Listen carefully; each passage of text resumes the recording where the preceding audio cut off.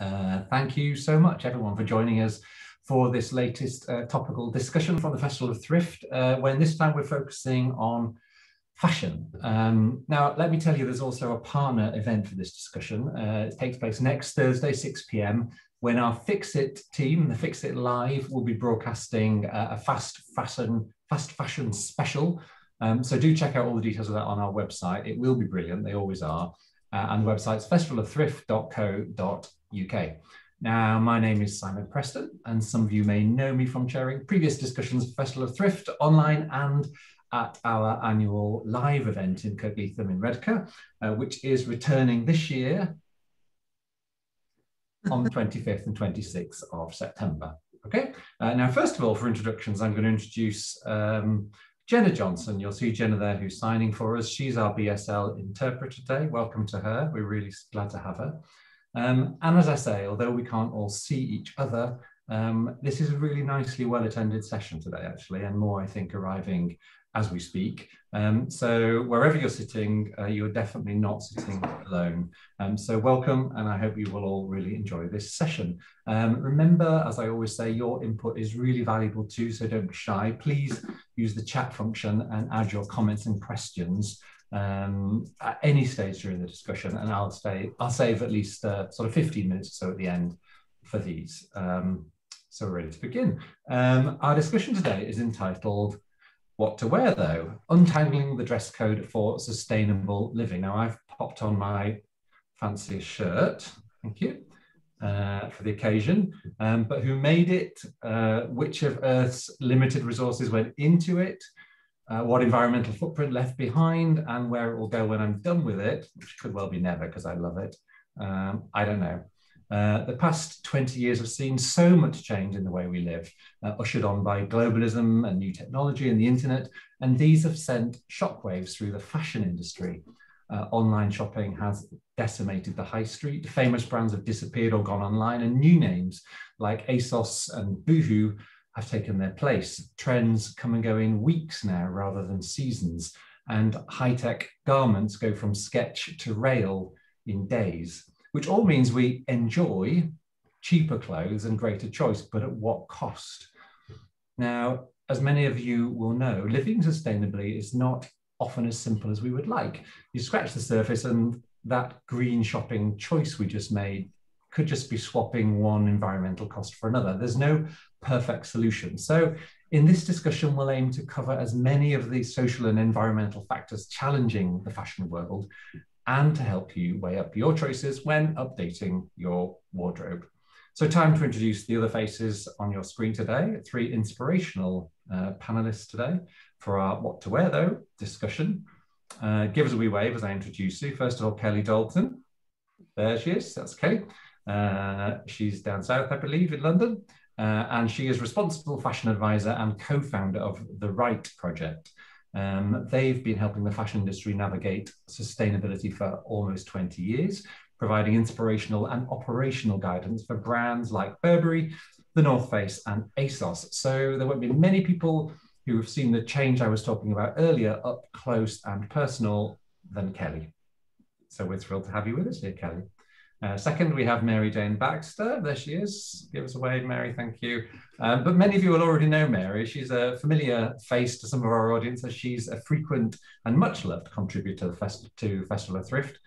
She's a multi-talented upcycling evangelist and author of fabulous books, including Chic on a Shoestring and the latest, ta-da, Go on the Go, which I can confirm, well thumbed. It's brilliant, and even better, features our very own Festival of Thrift. So thanks for that, Mary Jane. And last but not least, we've got Abby Dennison. There she is, she's got a fan going, keeping herself very wise. Is lecturer in fashion at Teesside University, and she's also founding editor of Sunday Girl magazine, which has been described as a fashion magazine for intellectual girls.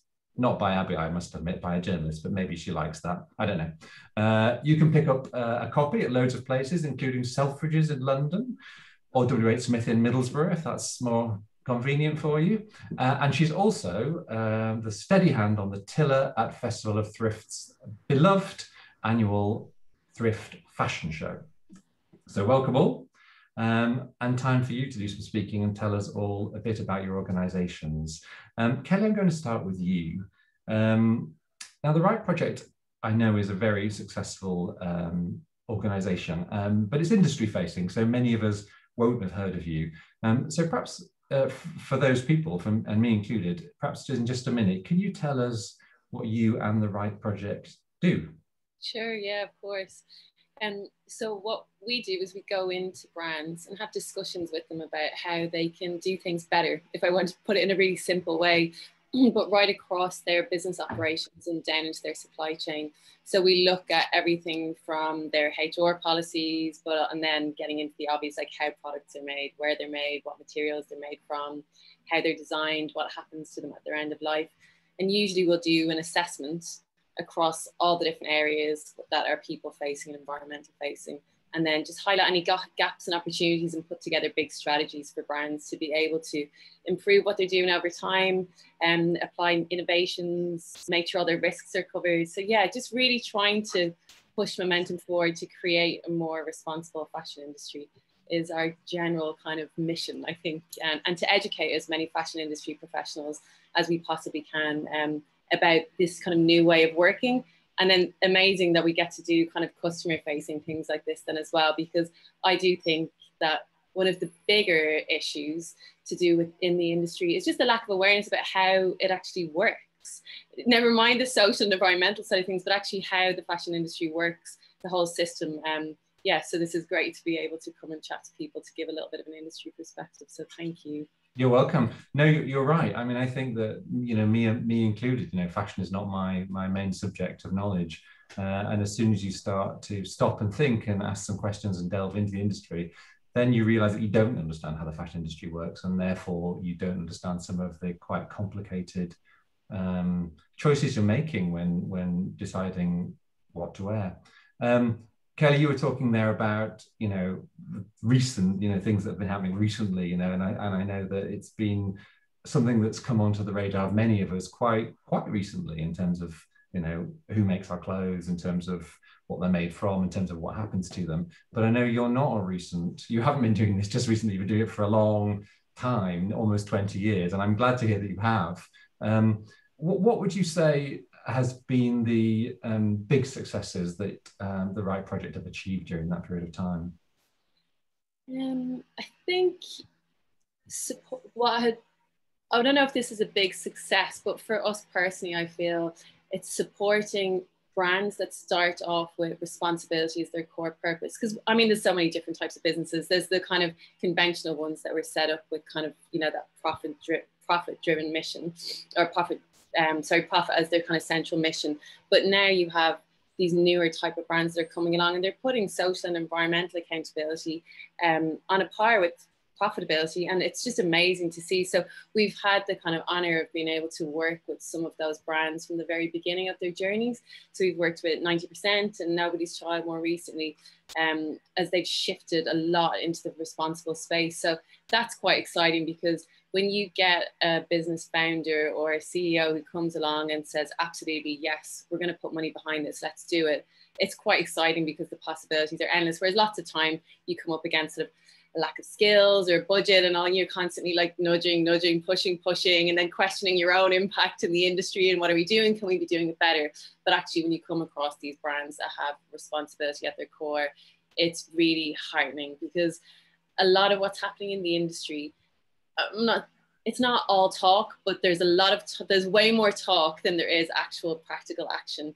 But then you see these more responsible brands come along and you think, yes, this is the future. Because like you say, Simon, it's the last 5 years, and I will say even 2 years, that sustainability is just absolutely in our mainstream day-to-day conversations across all kind of aspects of our lifestyles, never mind fashion. So to kind of be able to see those kind of brands come to life, I think, if that changed in 5 years, actually, let's see what the next 5 years looks like if more of these brands are starting to pop up now. So that's been quite exciting. You were talking there about sort of nudging these kind of bigger businesses over the last decade or more. A hard punch. Which must be hard. It must be hard. Has it felt like you was, during that period of time, as the fashion industry has been changing so quickly, has it felt like you've been swimming against the tide to a degree? Yeah, definitely. I mean, it's a little bit of a roller coaster, if I'm honest. It's sort of an emotional roller coaster because you have successes, but then you see the stats about consumption going up so much. And then you think, oh, wow. And then you hear, like, particularly in the last year and a half around COVID, and we spoke a lot about, you know, how people were valuing things more and valuing nature more. But if you look at the consumption of ultra fast fashion brands, they were skyrocketing at the same time. So there's just these kind of completely parallel messages happening at the same time. But I mean, we talk about it all the time. All you do is you just keep going. You have to. I mean, there's no other choice. We don't have another choice. You just hope that you get the information and messages out to more and more brands and more people, because one thing that I've found is that even though we talk about sustainability a lot in industry circles, I don't think it's quite hit mainstream customers just yet. Not enough, because when you do see those consumption stats, I mean, I think it's consumption of clothing is due to rise to 102 million tons by 2030, which is the equivalent of 500 billion t-shirts every single year coming onto the planet. And there's no large scale solution in place right now to deal with their end of life. And that's in 8 years' time. When you think about that scale and volume of clothing. So yeah, it can be a roller coaster, definitely, but I'm very heartened by the amount of people involved in this space now. And all what I think the gap is just upskilling more and more people on the industry side and creating awareness more and more on the customer side. And somewhere, all of these spinning plates of people involved in the industry, their awareness grows, and we'll just reach a point. I don't know when that will be, hopefully by 2030 or 2050. But it will just all converge at the same time. But yeah, it can feel frustrating, but it can feel also quite inspiring at the same time. So maybe not a roller coaster, maybe a seesaw is a better description. I mean, you were giving us some stats there, you know, about garment wastage and so on, which they're huge numbers. I was looking at some numbers earlier on, and those were broken down to the amount of waste per hour rather than over a year. And I mean, to be honest with you, I couldn't exactly quote what they were, but it was, you know, the equivalent of 30 massive bales of clothes being thrown away every single hour, 24 hours a day, just in the UK, not globally, you know. So it's quite staggering when you boil the figures down to numbers that actually consumers can understand, that we realize that this is the scale of the problem. And on that point as well, what usually happens is we don't have recycling infrastructure here really properly in the UK to deal with textile waste. So a lot of that textile waste gets exported to secondary markets. So particularly in Africa, you've got Kenya and Ghana have two of the biggest secondary markets. And we're flooding those countries and destroying local infrastructure there with our own textile waste because we don't have the capacity to deal with it here in the UK. Yeah. And that's where you get into the people not fully understanding the system, because we've never been given the information about the system. So to even think that if you donate to a charity shop, it can be resold, it can be exported, it can end up in a landfill somewhere in Ghana. It's just so far, I think, from where people are with their understanding of the industry right now. But as we kind of learn more and more, this is where you can kind of feel empowered and shift your ways of shopping or what you do with your clothes, which is where upcycling comes in. And it's just so amazing that there are those options out there now, but it's just trying to get more and more people to just understand they have choices. They don't have to go down this route in the kind of very traditional fast fashion system. So yeah. And we're going to come back and talk about waste and where that goes later on, because I know Abby and Mary Jane will have things they want to say on that. You've balanced what you've said so far really nicely. You were talking about the seesaw between some really quite gloomy stuff, you know, that feels overwhelming, and then you were talking about how inspired you are by, you know, new small businesses coming into the market. I guess I wanted to ask you, because I'm reading everywhere about new innovations in terms of manufacturing, but in terms of and marketing and selling, you know, and fabrics and recycling and so on. So there's been a response to the problem, you know, and things that are developing and being launched all the time. Is there sort of an innovation perhaps that is coming up now that's really exciting you, that's going to make a difference? When it's really exciting me, it might seem quite basic because it's going back to an old school way of doing things, but it's on-demand manufacturing, which is basically just things being made to order.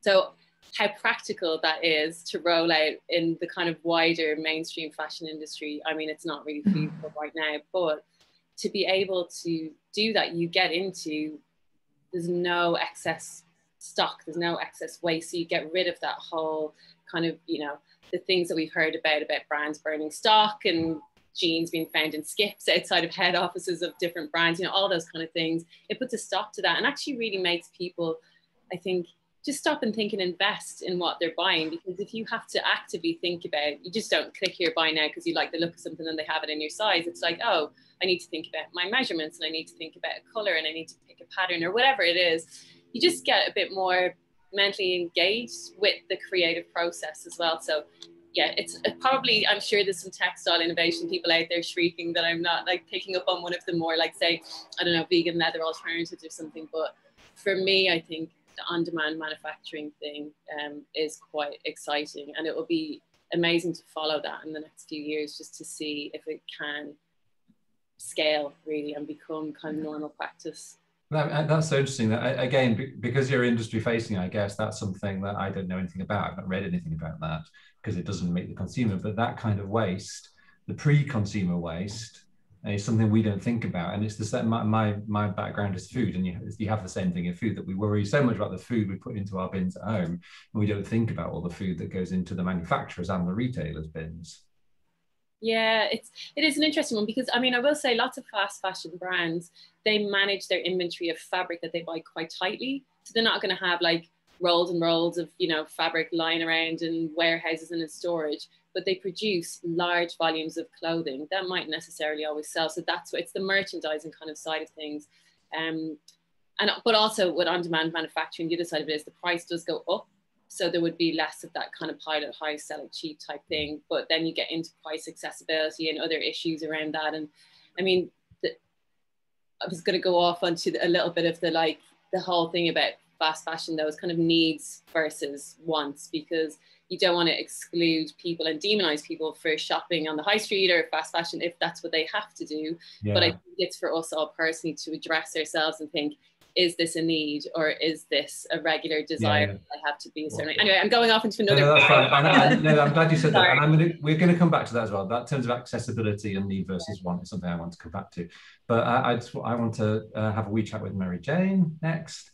Mary Jane, I know you're just settling back into something like normal life after an epic journey you made in your cute wee camper van in researching your new book, which I've said, So On The Go. I've got to ask you about that. It sounds enormous fun, possibly not wall-to-wall fun though. Could you maybe tell us some of the highs and lows of traveling Europe on your camper researching for your book, So On The Go? Oh, well, thanks, Simon. Yes, it was an incredible journey. I used to work as a journalist, so I spent 20 years as a foreign reporter and producer for the BBC. And after 20 years of working in the industry, I'd really had enough. And I'd always made things, that was my go-to relaxation, my mindfulness to go off and make stuff, and teaching other people to make as well. And so after leaving the BBC, I was left a little bit of money. And so I bought a Bedford Bambi camper van, a 1986 van, upcycled it into a mobile craft studio, doing all of the work myself, which included wallpapering it on the outside with a load of wallpaper samples I found in a Brighton skip years before. Took it on the road in 2015 and spent several months sewing, making, meeting artists along the way, as you say, interviewing people, researching my new book, So On The Go, and seeing really if I could literally make my way around, you know, help pay the petrol money, that sort of thing. And note, I do say petrol, it's an unleaded petrol vehicle, but it would have been fantastic to do it in an electric vehicle. Sadly, that's not within my price range at the moment, which is, I think, something that's relevant to this discussion about accessibility of things that are better for the planet. But it was incredible. Some of the highs, I think one of the inspirational artists I met was in Brussels, who creates sculpture out of plastic waste. She was really wonderful, creating beautiful heads of animals and things out of stuff like combs and rollers and pens. Absolutely wonderful woman. She was a real highlight of the trip. While swimming, totally off subject, but I absolutely loved plunging into crystal streams and rivers all over Europe, as today especially probably reminds us how wonderful it is to have clean water at our, available to us. Living as I do now in St Leonard's-on-Sea, Southern Water has recently been fined for polluting the ocean. just outside my front door. So all of these things tie in. The trip itself was just a wonderful opportunity to slow down, to take time, to actually appreciate what was going on around me, to get away from news, to be able to focus on creativity and the natural world, and really just to stand back and think about what I was doing and what makes people tick. Lows, well, you'll have to read the book to hear about the rather tricky encounters with the odd elderly gentleman or two en route. Not something you necessarily want to experience, but loneliness too. I mean, it's not always fun traveling on your own.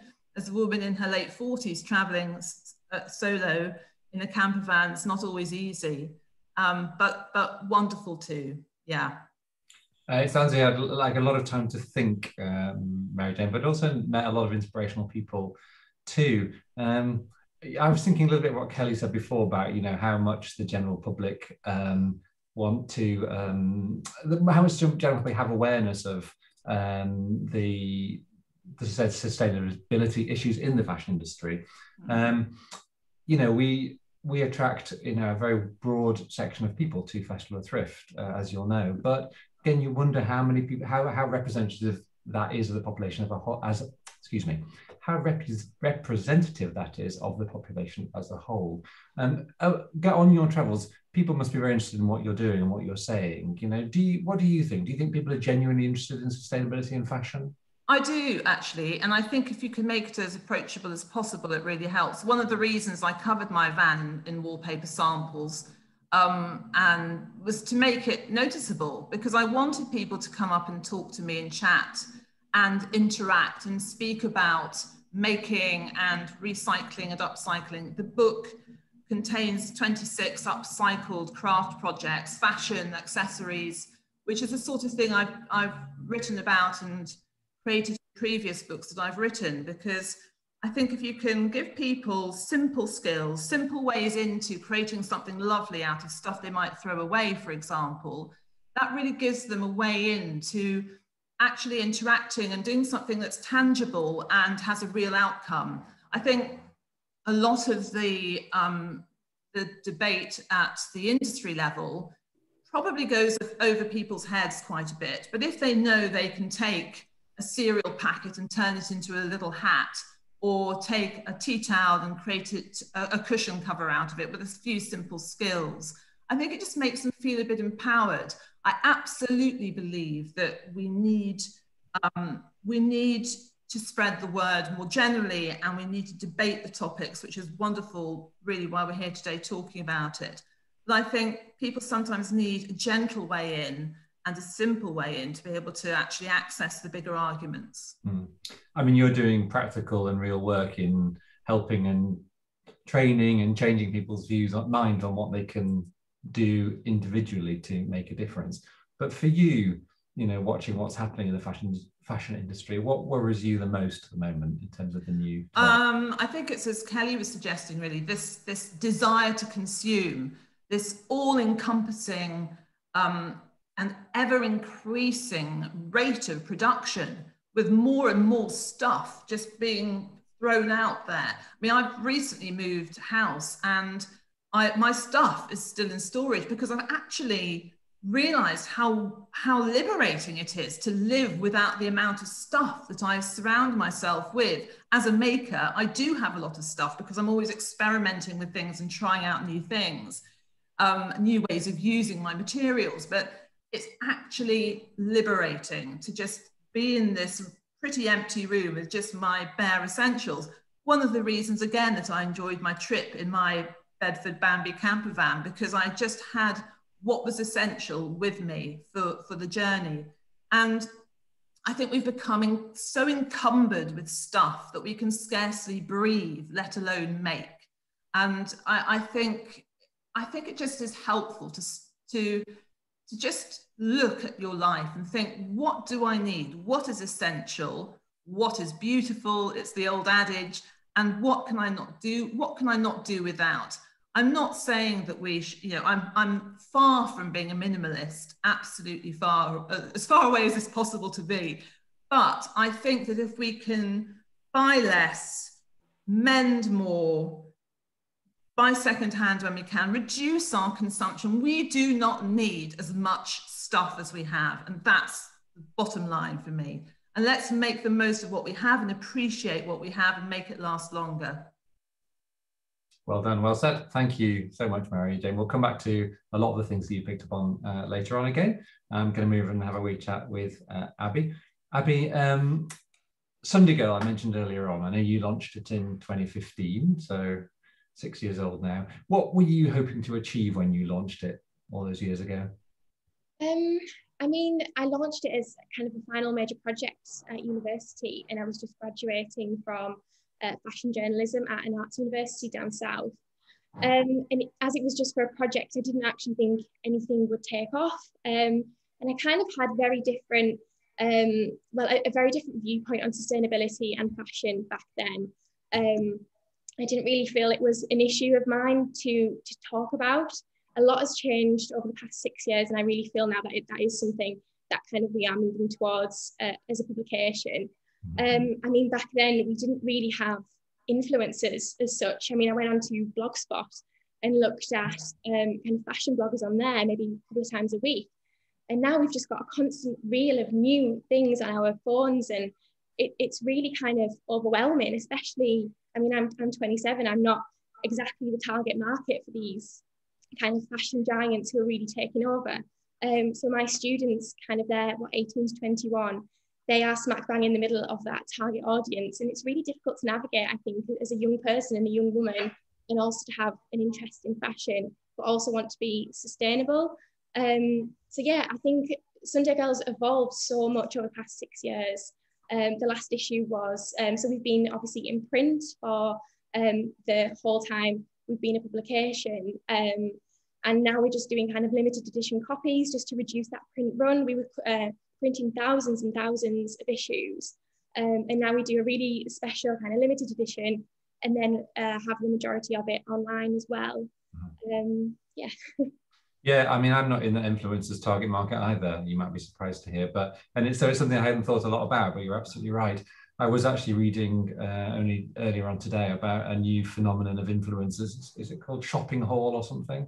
That go out and spend just tons of money and have like heaps and heaps and heaps and heaps of bags of stuff, and just video themselves getting the stuff out of the bag and trying it all on.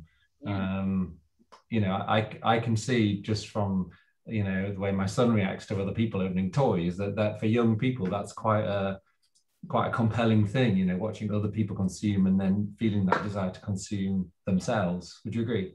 Yeah, and it's these kind of, you know, trend-led, very, you know, the instantaneous trends, and it's these things that are being pushed on us daily. We can't keep up with it, and that's where kind of the consumption, manufacturing, everything comes into it that way. So like it's a massive overall demand for a very kind of short-lived customer satisfaction, and that's what's really difficult about it, I think. And I don't know how that's ever going to change. I really hope it does. With technology growing every year something is different. I don't know how we're going to get a grasp on keeping the fashion industry and fast fashion contained, because it's huge. Mm.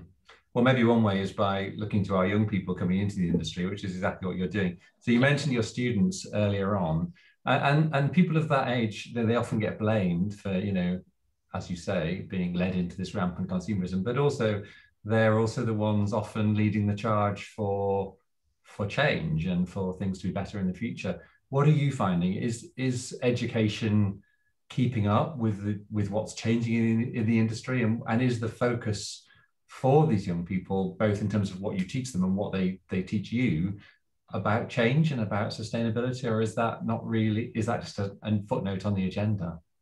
I think honestly a lot has changed. I mean, as I said, back when I was graduating, I did nothing on sustainability within the curriculum, and now we build it into these modules. Lynn Hugo, who is the course leader, she researches around like the future of fashion, sustainable materials, and the circular economy and things like that. So that's like a major thing for us as a course, and we're, I suppose, like molding the minds of the next generation of kind of fashion designers and stylists, because we do a communications course there too. And the students are really knowledgeable on it all now.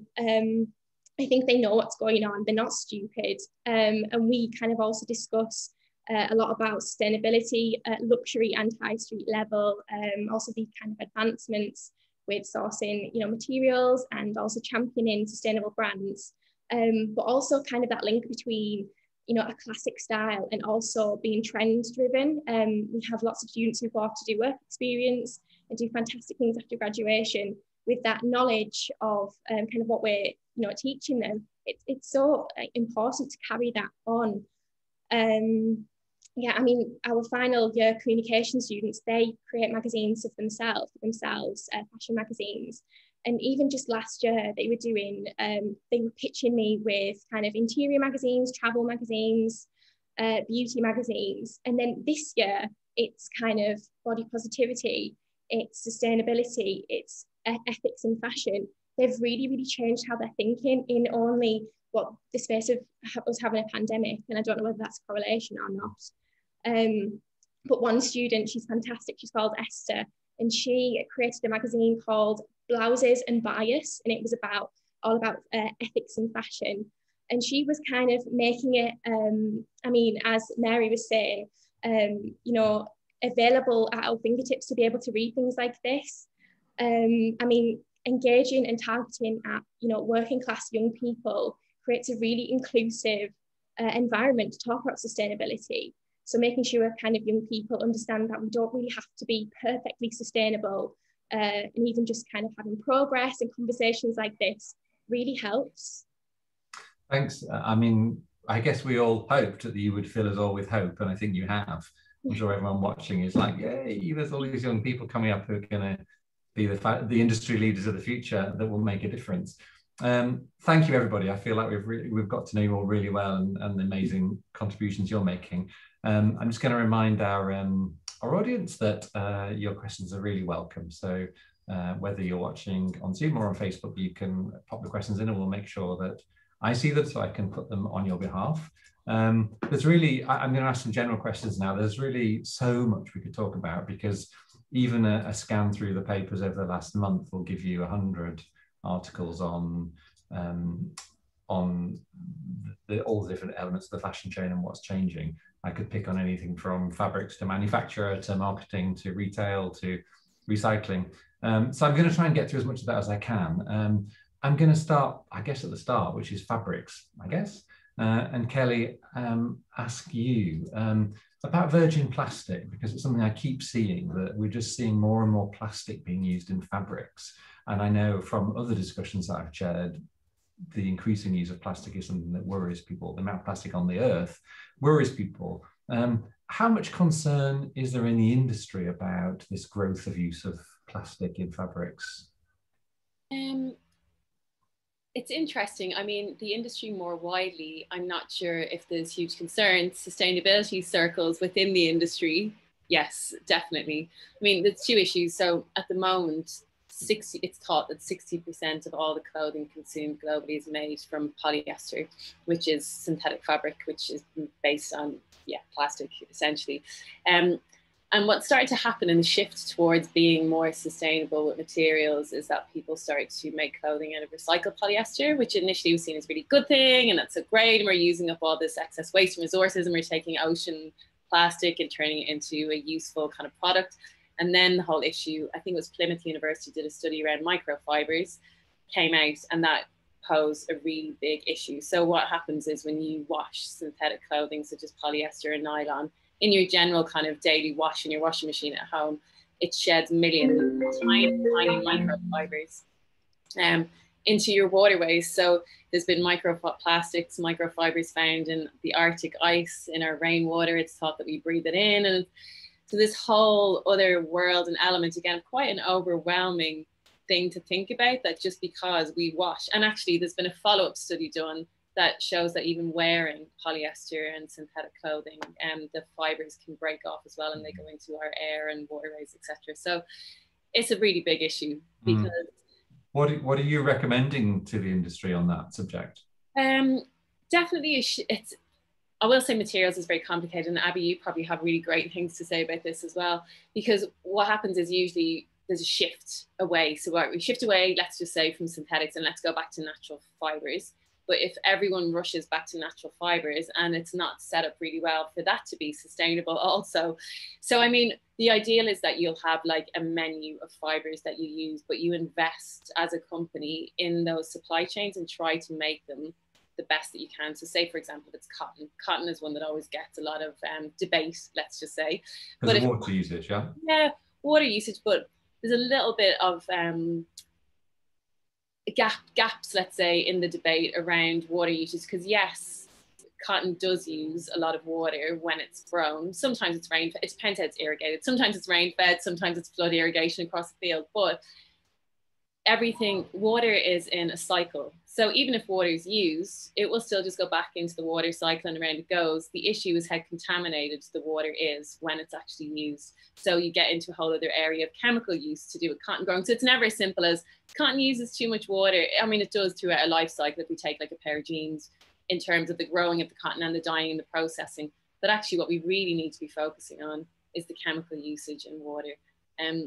So sorry, you asked me originally about what would I recommend instead of polyester. Definitely, I'm always a big advocate for going back to natural, plant-based fibers. So linens, cotton, anything like that. But again, you would want to look out for the markers as an everyday customer of, is it certified? Can you get lots organic certification is one to look out for, soil association, is it fair trade certified? So I think as a customer, the best thing to do is just get to know the certifications that are out there, which they're kind of complicated, but actually there's some really good resources like Common Objective is a platform that will have lots of information about materials and certs kind of all together there that's really accessible and free for everyday people to take a look at. And Fashion Revolution as well, on their website, they do that too. So I think that's the one good marker to look out for with natural fabrics, is to look out for certifications that indicate that they're made quite well. Thank you for that answer, Kelly, and thank you for giving people direct advice. I think that's what people want. You mentioned Fashion Revolution there, which I've checked out as well. They're an amazing organisation, so I would urge anyone watching who doesn't know of them to check out what Fashion Revolution do. There's a question member from the audience as well, which I wanted to put now, just because it's relevant to what you were saying. Just wondering whether you've talked about cotton and so on, I know there's bamboo also. Are there fibres that we can grow here that are being used to make fabric? So interestingly, there's a project happening at the moment by Fibershed and Patrick Grant, who is the master tailor and he runs Community Clothing, and they're growing flax now in Blackburn. And it's actually amazing. They only planted the field in the last, I think, maybe 3 months, but I'm not 100% sure. But it's under the hashtag homegrown, homespun.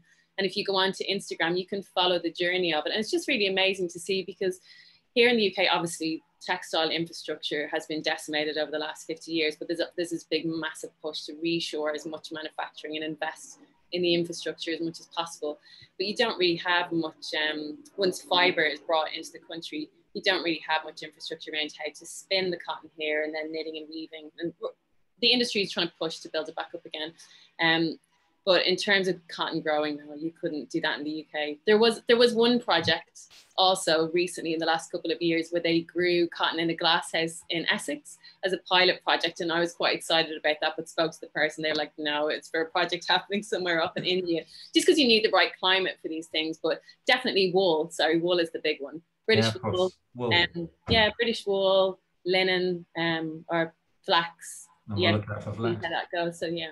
I think in your answer, your entire answer there, Kelly, you just underlined everything we said earlier about how complicated it is. There's just no simple answer. Mary Jane, we were talking about recycling of polyester there, and then Kelly went on to say that, but now people are saying it's not that good because blah, blah, blah. And I know, there's also people now saying that even the market's growing for second-hand clothing comes with its problems in terms of, is the carbon footprint really that low? Is this something, when you're encouraging people to not to buy new and to look at what they've got or what they can get their hands on, is it something that gets angled at you sometimes, like actually recycling or reusing isn't as environmentally friendly as we might think? I think as Kelly's made it clear. It's just such a complicated situation. Nothing is straightforward. I mean, you have the environmental cost, but also the human cost. And so when it comes to cotton, for example, what are the workers being paid to farm that cotton? What conditions are they living in? What are they taking home in terms of a wage? So all of these things are relevant and also complicate the picture even more. I think when it comes to using recycled textiles, most people that I'm working with are going to be doing it on a very small scale. And so for them, it's going to be a question of going to their local market or a charity shop and finding things that they're already out there, they're going to repurpose or change or make fit for them in some sort of a way. So it's on a fairly small scale. But I was quite interested recently to come across a small company called slowandco.com. And she's just started buying fabrics and garments from big manufacturers that were going to go to waste. And she has diverted them. She's rebranding them, taking the branding off them, and actually creating a new collection out of the clothes that would have ended up in landfill. And I think that sort of approach on a larger scale is really interesting. And I think I love the fact that young people are being really innovative and coming up with fresh ideas to take this on. I mean, Kellie mentioned some of the traditional fibres and fabrics. And when I was just looking into researching this afternoon, I was fascinated to hear about fibres that are made from milk protein. So Q milk is a fibre that I thought was very, very interesting. And another called Alga Life, which is made from algae. So all of these innovative approaches to fibres and the way we actually manufacture the cloth that we use for our clothing are fascinating. And so perhaps there are new ways forward that we aren't yet aware of, which I think we can all aspire to learn about, and perhaps, yeah, it gives me hope for the future too. Good. Thank you, Marion. You've actually just answered a question somebody has put there, perhaps by chance, about whether we can make fibres from seaweed. It seems that that's something we're looking at, so that's good to hear. Abby, I wanted to ask you all sorts of questions about that, but I think we need to move on. I know you'd have had lots to say, but I am going to ask you a question about your students' views on something else. Just because this year, I really noticed this "Who Made My Clothes" hashtag, which I looked up, and it started on the anniversary of the Rana Plaza factory collapse, which killed over 1,000 people back in 2013. And the Who Made My Clothes hashtag is relaunched every year on the anniversary of that. My question to you is quite simply, do the young people you spend your days with really care who made their clothes? I mean, I often think that, you know, shopping sustainably is, and having that choice is a privilege, and making it accessible is really, really important. And then when we kind of discuss these kind of stats, you know, that like 97% of fast fashion is produced in developing countries that have like poor labour laws, you know, child labour, dangerous working conditions, and then also the garment workers in Leicester being paid £3.50 per hour. I mean, it's really difficult to not kind of listen up when you hear them facts, and that's definitely the case for the students. When I share things like that with them, and then they go off to do their own research, these things are shocking. And consumers, I think, as a whole, are kind of starting to listen up. And when we spread awareness, that is a lot of progress too. But I think everyone should care. I mean, I guess the problem with these things is we can feel helpless because we don't know who made our clothes and we don't know who to ask. Is social media helping in that it puts consumers directly in touch with the brands? Yeah, absolutely. I mean, people are calling for brands to be a lot more transparent today, which is fantastic. There's really great hashtags people can follow. There's fantastic kind of accounts like Sustainable Fashion, Fashion Revolution, obviously. Even things like podcasts. The podcast I listen to called Wardrobe Crisis by, I think it's Claire Press, who is the Vogue's first sustainability officer, editor. And she kind of discusses issues around kind of ethics, the industry, along with guests. So it makes it really easy to access that kind of thing when we can just play it in the background of doing homework or housework or whatever. But I think things like, I mean, brands are really great on social media now at kind of telling us what they're really good at. So brands such as kind of Nobody's Child, who Kelly mentioned, are great. Matt and Nat, who's a vegan kind of leather alternative brand, fantastic. Olivia Rose, the label, she does kind of their minute collections that Kelly was talking about, made to order. These people are gaining a lot of traction on social, and it's really great to see. And I'm hoping that people can be kind of navigated towards things like that and these really great things that are moving in the industry and away from the fast fashion giants, or at least, you know, as Kelly said before, a seesaw of, you know, weighing up what you want to consume. Thanks for all of those leads on great podcasts and things to look out for, hashtags and so on. Kelly, you know, I imagine it's quite scary for these brands when suddenly, you know, they're all over social media, perhaps being criticized, and I imagine that makes them quicker to react.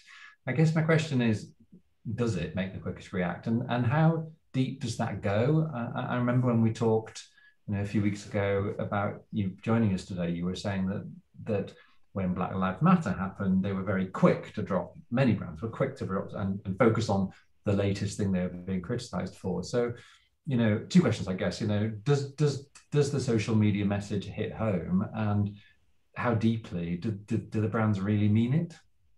It kind of depends really on the size of the brand, the size of their profile, and also who's delivering the message, because it can be a case of it might be their customer, and yes, they'll listen to their customer, but sometimes if it's a kind of quite progressive, sustainable fashion influencer, that gets noticed quite quickly by brands and they'll definitely act. But again, it also depends what the issue that's been brought to their attention is as well. It can end up straight at the CEO's desk within minutes and being signed off, and we need to do this. If, say, for example, it was a charity or, you know, someone who had a big campaign getting into it and you need to act on this, that can be taken care of quite quickly. But it needs momentum.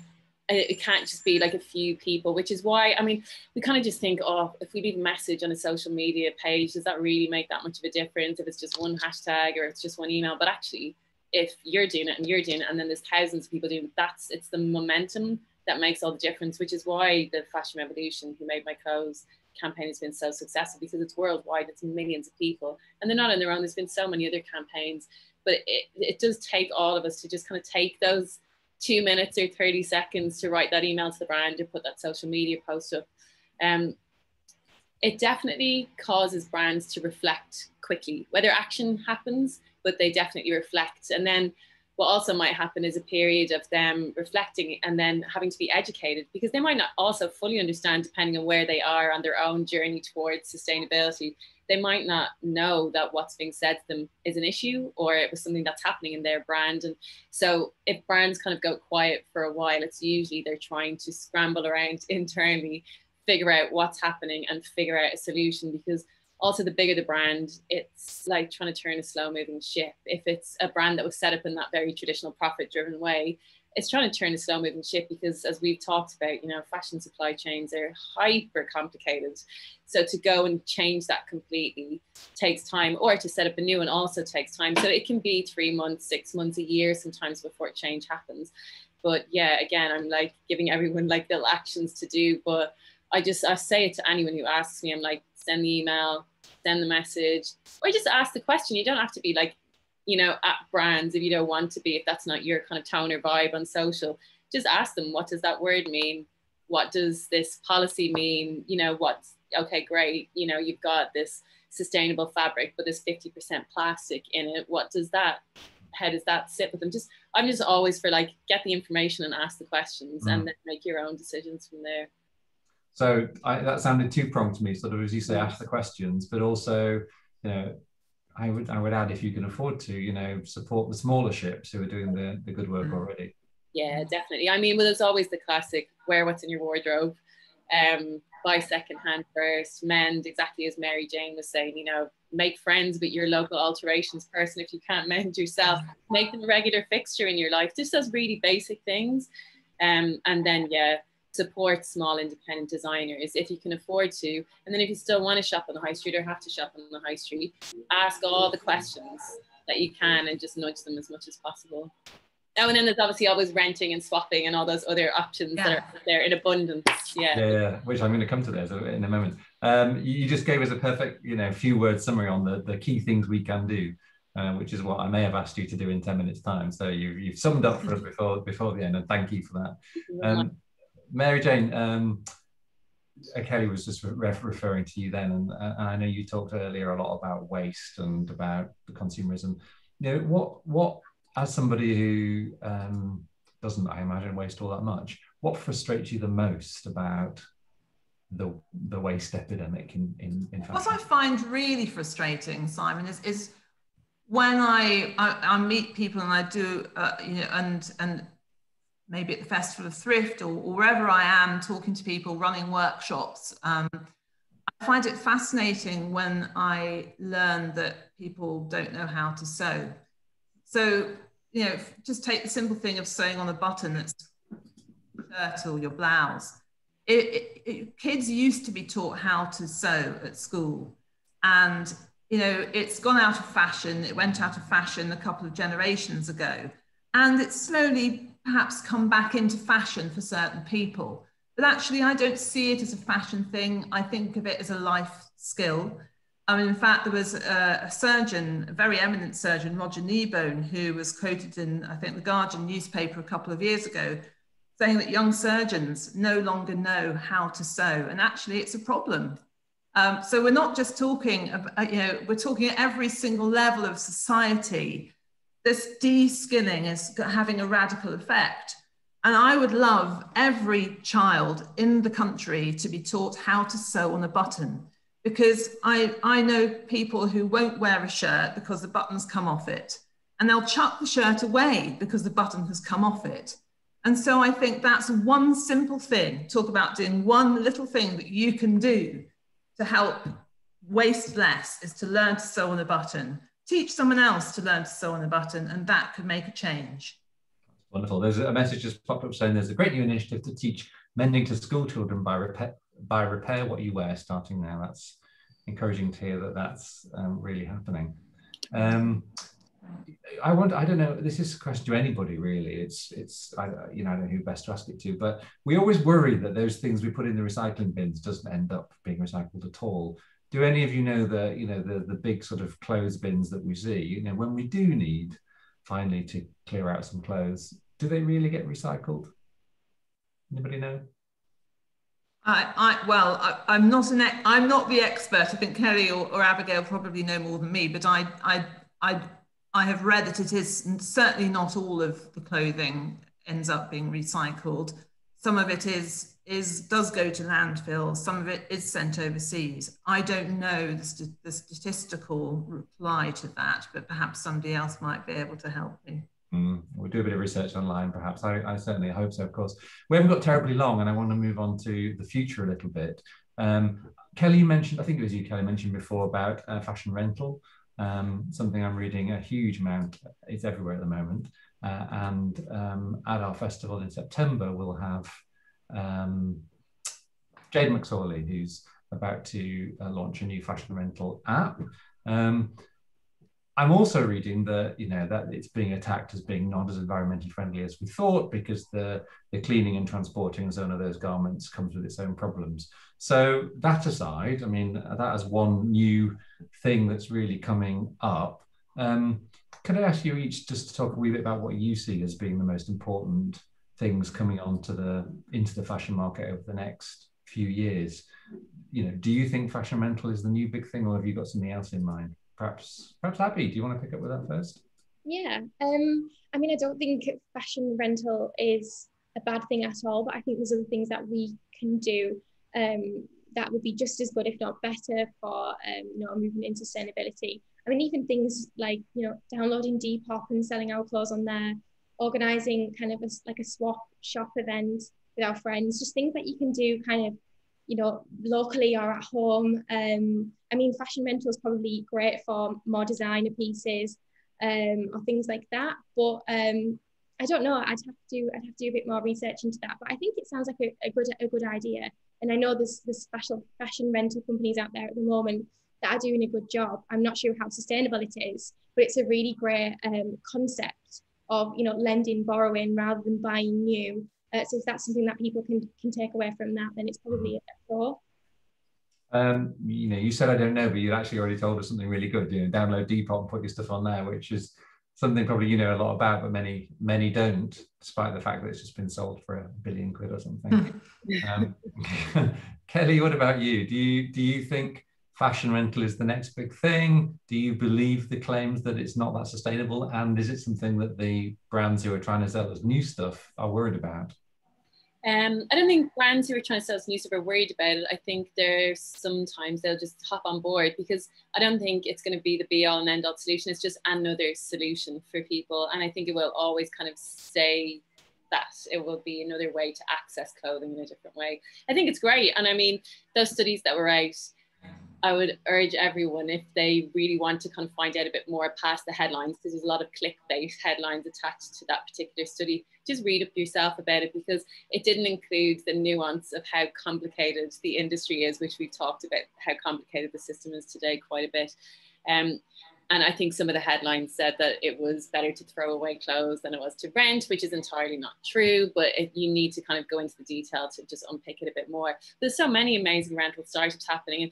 And actually, it's something that initially, when rental kind of came into the mainstream a couple of years ago, I was a bit like, oh, I don't really know, but I rent because I actually don't really ever buy new clothes anymore. After all my years in the industry, I kind of tend to just only buy secondhand.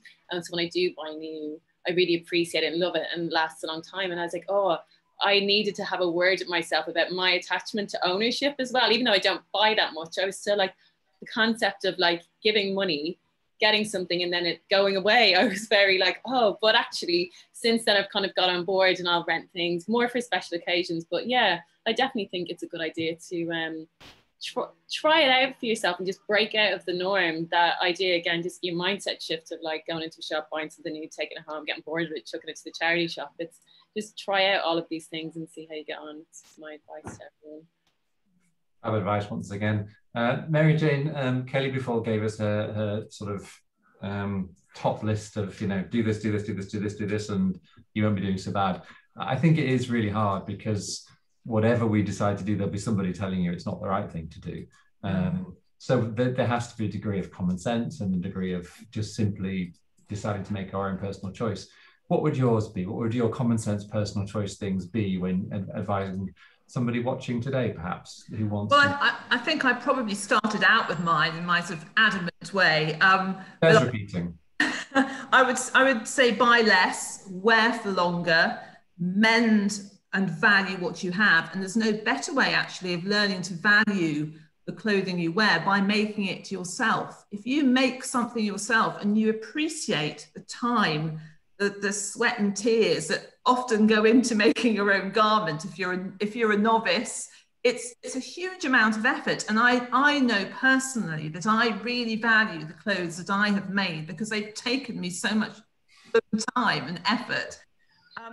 Educate ourselves. I include myself in this. I need to educate myself more about the fashion industry, and lobby for change. You know, we all do have power, and we need to exercise that power and affect the change ourselves. Thank you. Abby, is there something you'd like to add to that? We've had 2 super lists. Have they left you any room there? I mean, just consume consciously, and I guess champion, you know, the brands that are making steps towards being more sustainable. That's all we can really do, isn't it? When people are really trying to, you know, make progress. If we just continue to buy from fast fashion stores, then, you know, these people aren't going to progress. So yeah, celebrate. Thank you. And I think just to add in to be saying that shopping local is really helpful as well. Support your local makers and artisans and people who are creating clothing and product near you, because that really helps the local economy to recover, especially post-COVID. Absolutely. And if you can't do all of those things, just do 1 or 2 of them, but, you know, don't put too much pressure on yourself. Listen, we've had to race through so many of those complex issues too fast, and we haven't covered as much as We would all have liked to, but we are done. It is 4 o'clock, unbelievably already. 1 or 2 questions from our audience I didn't manage to squeeze in either, so apologies there. But Kellie, Abby, Mary Jane, thank you so much for joining us, and Jenna too, working there. Thank you to everyone in our audience who came along. I hope you found it really useful and enlightening. Do come along to the festival in September if you can, when we will be, there will be another discussion on fashion, focusing in more deeply, and we'll be back online again before the end of the year with a new discussion too. Thanks so much to our speakers for joining us. You've been absolutely brilliant and I've loved it. Thanks very much. It's been really, really fun. Thanks so much, everyone, and I guess that's goodbye.